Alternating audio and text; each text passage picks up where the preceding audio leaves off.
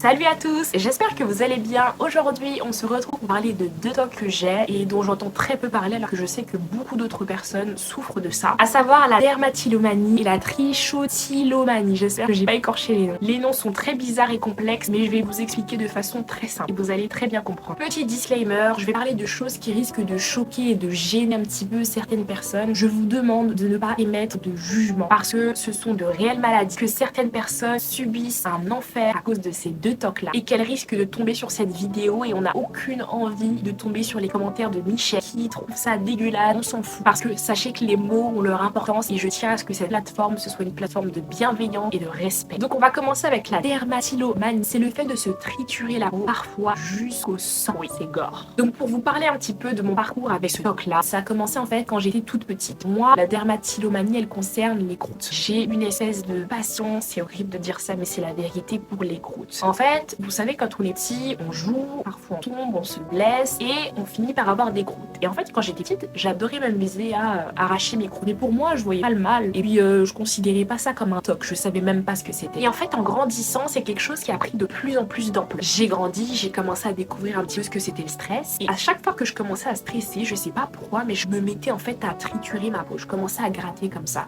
Et vous savez, à force de gratter, bah, vous finissez par avoir des croûtes. Moi, c'est principalement les cheveux. Et dès que la croûte, elle se formait, il fallait que je l'arrache. C'était plus fort que moi, c'était un besoin compulsif que j'avais. Il fallait que je l'arrache. Je l'arrache. Elle est à l'air libre. Dès qu'elle cicatrise, il faut que je l'arrache. C'était tout le temps ça. Donc la première forme de dermatillomanie, ça a été les croûtes. Ensuite, je suis arrivée au collège et moi, j'essaie d'avoir le plus possible les lèvres hydratées. Sauf que quand on arrive en hiver, malheureusement, on peut pas contrôler. Parfois, on a les lèvres gercées. Et en fait, au début, j'avais commencé à toucher un petit peu les morceaux de gerçure. Et en fait, j'adorais la sensation qu'il y avait sur mes doigts, en fait, au toucher. Donc au début, ça commence toujours comme ça. Je commence par toucher et puis ensuite je finis par arracher un bout. Et quand j'en arrache un, et ben finalement je finis par tout arracher. Donc j'arrachais mes bouts de gerçure et ça a duré, je dirais, 2-3 mois. Et il y avait des fois où j'arrachais tellement que je finissais par avoir les lèvres en sang, je sais. Et chaque petit bout que j'enlevais, c'était comme une espèce de victoire d'un point de vue psychologique pour moi. Je ne saurais pas vous expliquer. Le fait de voir ces petits bouts s'entasser un à un, chacun, ça me procurait une sensation de satisfaction. Mais en fait, j'ai vite arrêté parce que visuellement, bah, ça se voit. Et à l'inverse des croûtes où en général c'est sur les cheveux et tout, tu t'attaches les cheveux, on voit pas, ben, les lèvres c'est l'endroit le plus visible. Et donc du coup, comme ça me faisait une espèce de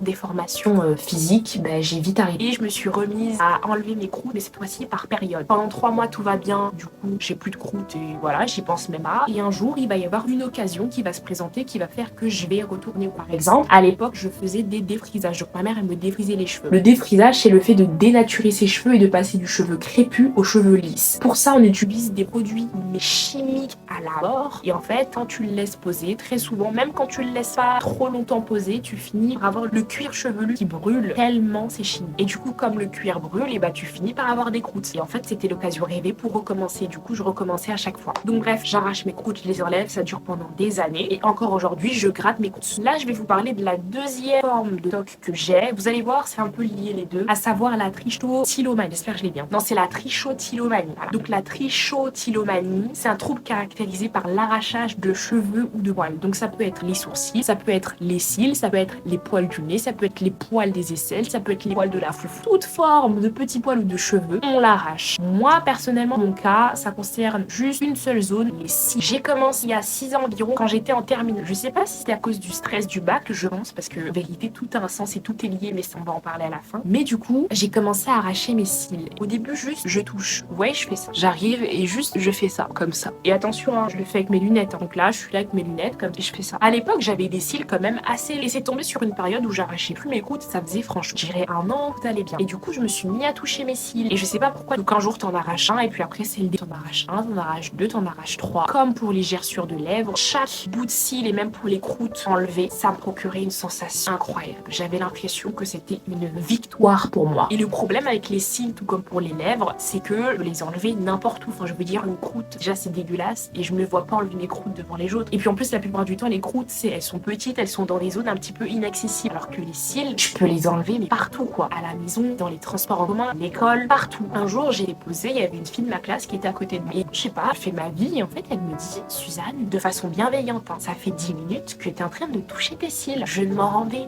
même pas compte. Parce qu'en fait, c'est tellement obsessionnel, c'est pas un truc que je contrôle et du coup, je me rends même pas compte que j'ai levé le bras, que j'ai pris ce doigt là et que je l'ai foutu ici. Parce qu'en fait, quand je fais cette action là, vous vous dites, mais t'es consciente? Je ne suis pas consciente. Quand je fais cette action de triturer mes cils, je suis dans ma bulle. Je suis complètement dans mes pensées. Je saurais pas expliquer, c'est une sensation inexplicable, mais ça me détend en fait. Et du coup, c'est horrible parce que c'est quelque chose que tu ne contrôles pas. Et donc au début, moi je me dis, bon, c'est rien de méchant, tu vois, juste je les touche, puis après je les arrache. Je me dis, bon, c'est un cil par-ci, un cil par-là, c'est rien. Et puis un jour, tu te retrouves à vouloir mettre du mascara et tu te rends compte en fait que ça n'a aucun effet. Pourquoi? Parce que t'as les cils coupés en deux vu que tu les arraches à chaque fois. Et puis un jour, tu te rends compte que tu finis par avoir des trous dans les sourcils. Et là, tu réalises l'ampleur de ce que tu fais. Et du coup, qu'est-ce que tu fais? Ta première réaction, tu vas sur Google, tu tapes symptômes, pourquoi t'arraches tes cils. Et alors là, on sait tous, hein, quand on tape nos symptômes sur Google, c'est le début de la fin. On te dit que tu as telle maladie, que c'est incurable, que tu ne vas jamais t'en sortir, que tes cils ne vont jamais pousser. Et toi, t'es là. Déjà, tu comprends que c'est une maladie. On te l'avait jamais dit, t'avais jamais entendu parler de ça. Tu savais même pas que c'était possible que ce soit une maladie. Enfin, je veux dire, pour une fille, les cheveux, les sourcils, les cils, c'est des choses qui sont hyper importantes et précieuses, tu vois. Et donc, du coup, t'es en panique, en PLS, tu commences à chialer, tu te dis, mais qu'est-ce que t'as fait? Et tu réalises quand même que c'est assez grave. Tu finis par culpabiliser, sauf que t'es tombé dans cet engrenage. T'as beau essayer de ne pas recommencer, c'est obsessionnel en fait. C'est un trouble obsessionnel. Dans obsessionnel, on a obsession. Donc, tu finis par retomber dans ce travers. La première fois, mes cils ont mis des semaines à repousser. Et la deuxième fois, ça a été encore pire. Et très sincèrement, la deuxième fois, j'ai vraiment cru que ça n'allait jamais repousser. Ça ne repoussait pas. Je ne comprenais pas. Je pleurais. Je me disais, mais c'est mort en fait. C'est fini pour moi. Terminado. Ensuite, j'ai acheté de l'huile de ricin. Je me suis forcée à en mettre tout le temps. Et là, ça a commencé à repousser un petit peu. Et du coup, après, ça a repoussé. Mais j'ai bien cru que ça n'allait jamais repousser. Et je sais que c'est dégueulasse ce que je vais dire et que ça va paraître bizarre, mais j'adore savoir le fait que j'ai une croûte. Je sais, c'est dégueulasse, mais c'est la vérité. Je dis les choses telles quelles. Et je sais qu'une personne lambda, elle serait horrifiée à l'idée d'avoir une croûte, mais moi, je suis contente parce que chaque bout de croûte arrachée me procure une sensation de bien-être incroyable. Ça m'apaise, c'est quelque chose que je pourrais pas expliquer. Je sais pas quelle est la raison psychologique à ça, mais en tout cas, c'est le cas pour moi. Et pour ma part, le fait de me focaliser sur mes croûtes ou mes cils, surtout, et ça me permet de ne plus stresser, de ne plus penser à mes problèmes. Pendant quelques minutes, grâce à ça, j'ai plus la petite voix dans la tête qui me parle. Tout va mieux. Quand je vois ces petits bouts de cils, j'ai la sensation que c'est comme une espèce de trophée. J'ai l'impression d'avoir réussi ma mission. Et par contre, à l'inverse, quand je n'arrive pas à les enlever, il y a une espèce de frustration, mais tellement énorme, ça m'énerve. Et j'ai comme une espèce de rage, je pourrais pas vous expliquer, en mode j'ai intérêt à l'enlever. Il faut que je l'enlève. Elle a intérêt à s'arracher. Et du coup, pour ce qui est des cils, suite à l'épisode 2 où les cils ne voulaient plus repousser, j'ai arrêté de les toucher. Et j'étais tellement fière parce que du coup, mes cils ont fini par repousser. Je pouvais enfin remettre du mascara. Je mettais même plus de mascara.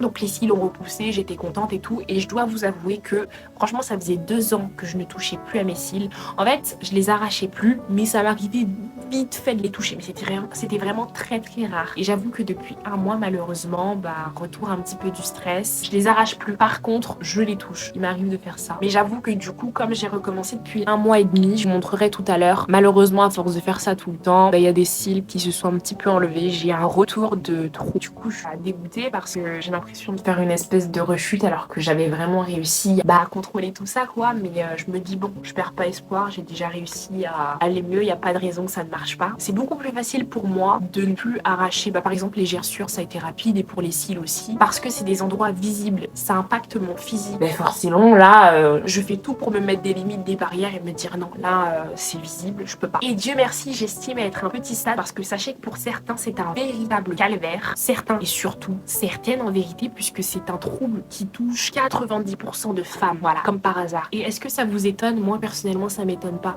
Au vu de toute la charge mentale que les femmes ont ont. Il n'y a rien d'étonnant à ce que les femmes soient plus stressées ou encore dépressives. Pour certaines femmes, aujourd'hui, elles ont une alopécie générale sur l'ensemble de la tête, donc elles n'ont plus de cheveux. Elles ont des trous de partout et leurs cheveux ne repoussent plus. J'ai lu des témoignages de femmes qui mangent leurs cheveux et qui ne peuvent pas s'en empêcher. Genre, est-ce que vous vous rendez compte, il y a des femmes qui mangent leurs cheveux et donc du coup forcément au niveau de l'intestin ça crée des boules et c'est des choses qui peuvent leur provoquer après de graves maladies. Je sais pas si vous vous rendez compte jusqu'où le stress et les troubles mentaux peuvent amener, mais je trouve ça terrifiant et ça me fait tellement de peine pour elles parce qu'encore une fois les cheveux, les cils, les sourcils c'est des choses qui sont hyper importantes et aujourd'hui quand t'as de l'alopécie sur les cheveux, on va pas se mentir, tu ne peux pas vivre normalement. Et en fait vous voyez, avant je comprenais pas trop pourquoi est-ce que ça m'arrivait et je cherchais même pas à savoir et c'est vrai que depuis quelques années je suis vachement dans la compréhension et en fait aujourd'hui j'en ai conclu que tout ça c'était dû à du stress et à une mauvaise gestion des émotions. Ce qu'on dit pas avec les mots ou en tout cas ce qu'on refoule finit par se traduire sur notre corps et en fait c'est tout simplement ton corps qui parle à ta place. Si tu te tritures et que tu te démanges, c'est parce qu'en fait à l'intérieur de toi il y a un truc qu'il faut régler. Ton corps te parle et ton corps te dit hey, réveille-toi. C'est comme les personnes par exemple qui finissent par se réveiller avec des plaques. Votre corps vous parle, vous dit que ça va pas. Si par exemple vous êtes trop fatigué, que vous dormez pas assez, vous finissez par tomber dans les pommes. Là encore c'est un signal d'alerte de votre corps qui vous dit hey, t'as besoin de repos, t'as besoin d'arrêter. Et ton corps te fait un signal si fort que de lui-même il décide de s'arrêter, que tu tombes. C'est pour ça par exemple que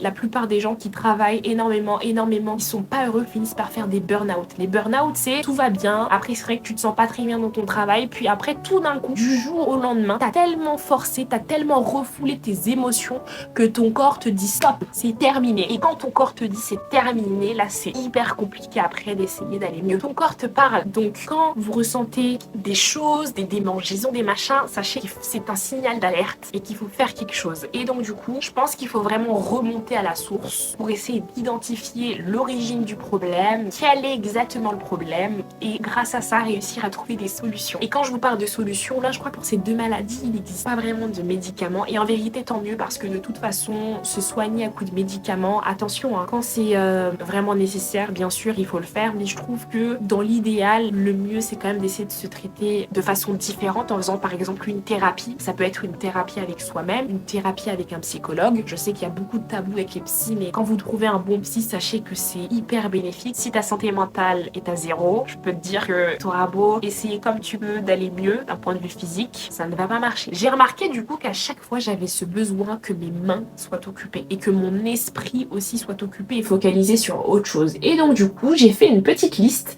des choses qui pourraient nous aider et que j'ai fait aussi qui m'ont un petit peu aidé à vaincre ce truc là pour plus toucher mes cils ou encore mes côtes. La première des choses c'est le sport. J'ai commencé le sport il y a 1 an et je peux vous assurer que ça a littéralement changé ma vie. De base moi je vous dis la vérité, je suis une grosse feignasse. Voilà, j'adore être dans mon... Je déteste sortir, je déteste me bouger le cul, je détestais le sport. Moi je veux dire j'avais un cardio, il était éclaté. Je faisais 10 mètres, c'était terminado poursuivi, j'étais en tachycardie.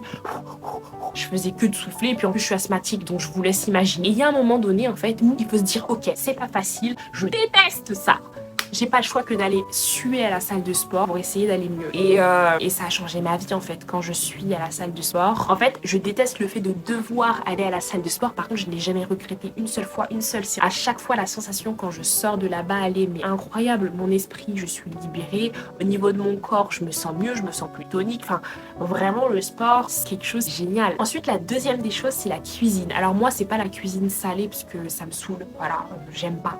Par contre, la pâtisserie, c'est quelque chose que j'adore. Ça, que moi de base je voulais grave être pâtissière, puis après j'ai abandonné l'idée. Mais la pâtisserie, de temps en temps, j'en fais chez moi et c'est quelque chose qui m'aide en fait. Le fait de faire une petite activité manuelle fait qu'en fait je pense à autre chose, je suis concentrée sur une petite recette et puis j'adore le sucre. Et du coup, je sais que c'est vraiment un petit moment de kiff, un petit moment où je suis dans ma bulle et j'adore ça. La troisième des choses, ça c'est une chose que je n'ai pas encore fait mais que j'aimerais bien expérimenter, c'est le coloriage. En fait, j'ai entendu parler du fait que le coloriage permettait pareil de se distraire et de se faire du bien. Du coup, j'aimerais bien commencer. Je pense que là, cette semaine, je vais aller m'acheter un petit cahier coloriage et tout simplement débuter. J'aimerais trop, et je sais pas si vous vous souvenez, vous savez, quand on était en primaire, on avait des fois des coloriages magiques où en fait un chiffre correspondait à une couleur et à la fin du coloriage, tu finissais par découvrir une forme. Je trouvais ça trop stylé, c'était trop bien. Il y a une quatrième chose que j'aimerais trop faire, ça va peut-être paraître un peu gnangnan et un peu vieux jeu, mais je m'en fous. C'est de la poterie. J'en vois de plus en plus sur TikTok et je trouve ça genre trop stylé. Moi, je trouve ça trop stylé. Hein. Du coup, j'aimerais trop me mettre à la poterie et voir ce que ça donne. Et pour ce qui est de la cinquième chose, et ben, je vais vous demander à vous, est-ce que vous avez une activité manuelle de préférence ou bien tout simplement des solutions, des petits tips à partager à tout le monde pour que justement on puisse s'entraider et essayer de se distraire comme on peut, essayer de vaincre ces deux tocs-là. Dites-le dans les commentaires, ça pourrait être utile à tout le monde. Je tiens à finir en faisant un petit message pour dire à toutes les personnes qui sont atteintes de l'un de ces deux tocs-là que vous n'êtes pas seul. Je vous invite vivement à soigner vos blessures, à prendre soin de vous d'un point de vue intérieur, à guérir. J'invite chaque personne qui souffre de TOC extrême à aller mieux. Sachez que si par exemple vous êtes victime d'alopécie, etc., comme c'est le cas pour beaucoup, sachez qu'avec ou sans cheveux, avec ou sans cils, vous êtes belle. Vraiment, vous êtes belle. On est dans une société où on nous fait croire que si on n'a pas de cheveux, on vaut rien, que si on n'a pas de cul, on a walou. C'est faux. Vous êtes belle et sachez qu'il y a une solution à tout et que vous guérirez un jour de ça, il n'y a pas de raison. On guérira de ça un jour, il n'y a aucune raison que ça ne se fasse pas. N'ayez surtout pas honte de choses que vous ne contrôlez pas. C'est plus fort que vous, c'est comme ça. Vous pouvez pas contrôler vos tocs, par contre, vous pouvez essayer de trouver des solutions en fait pour changer les choses. Ça, donc voilà, je vous invite vivement à prendre soin de vous et on se dit à la prochaine.